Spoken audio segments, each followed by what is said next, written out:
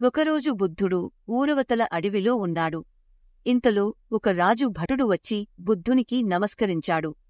అప్పుడు బుద్ధుడు ఇలా అన్నాడు, ఏం కావాలి నాయనా అడిగారు. మా రాజుగారు తమరిని కలవాలనుకుంటున్నారు స్వామి అని అన్నాడు. భటుడు రమ్మను మరి అన్నాడు బుద్ధుడు. కాసేపటికి రాజు వచ్చి బుద్ధునికి నమస్కరించాడు. ఏం కావాలి నాయనా అని అన్నాడు బుద్ధుడు. అప్పుడు రాజు ఇలా అన్నాడు, అయ్యా, నాకెప్పుడు 25 రాజ్యాధికారం చేపట్టి 5 ఏళ్లు అయింది. అసలు సమస్య ఏమిటంటే నాలో రాను క్రోధం పెరిగిపోతోంది. క్రోధాన్ని నిగ్రహించుకోలేకపోతున్నాను.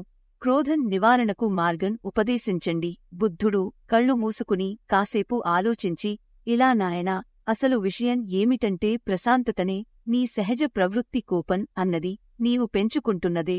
నీ రాజ్యం, నీ సంపద, నీ సైన్యం, నీ మంది మార్బలం ఇవన్నీ నీలో క్రోధాన్ని పెంచుతాయి.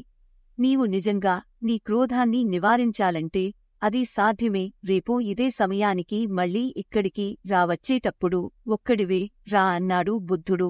ఇక్కడ ముఖ్యమైన విషయం ఏమిటంటే మనలో ప్రశాంత సహజ సంతోషం కూడా మన సహజ స్వభావం కాకపోతే తెలిసి కొందరు తెలియక కొందరు సంతోష రాహిత్యాన్ని అంటే అన్‌హ్యాపీనెస్ కొని తెచ్చుకుంటారు.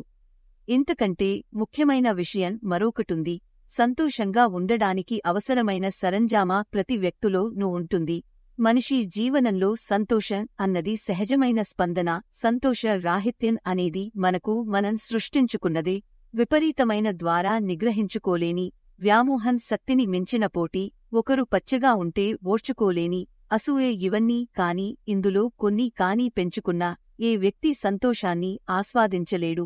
పైన తెలిపిన దుర్గుణాలు మన మనసుపై స్ట్రెస్ పెంచుతాయి. ఫలితంగా శారీరక ఆరోగ్యంతో పాటు మానసిక ఆరోగ్యమూ ప్రార్థిస్తాయి. కులంతో, మతంతో, జెండర్, వయసుతో నిమిత్తం లేకుండా భూప్రపంచంలో పుట్టిన ప్రతి వ్యక్తి సంతోషంగా ఉండవచ్చు, జీవితాన్ని ఆనందంగా గడపవచ్చు. ఇది నిస్సందేహం. శంకరాచార్యులు ఇలా ఒకనాడు అన్నారు, తాడిని చూసి అది పాము అనుకుని భయపడిన వ్యక్తి దుఃఖిస్తాడు. అది పాము కాదు, తాడు మాత్రమే అని సొంతంగా కాని గురుపదేశం వల్ల కాని గ్రహించిన వ్యక్తి భయాన్ని నిర్మూలించుకుంటాడు. శంకరాచార్యుల సామ్యం ఇక్కడ ప్రస్తావించడానికి బలమైన కారణమే ఉంది. తాడు అంటే ప్లెజర్ అనుకుందా ను హ్యాపీనెస్ గా భావించేవాడు. జీవితంలో నిజమైన సంతోషాన్ని లేక ఆనందం ఆస్వాదించనే లేడు. సంతోషం it is a mental state, it is a state of mind.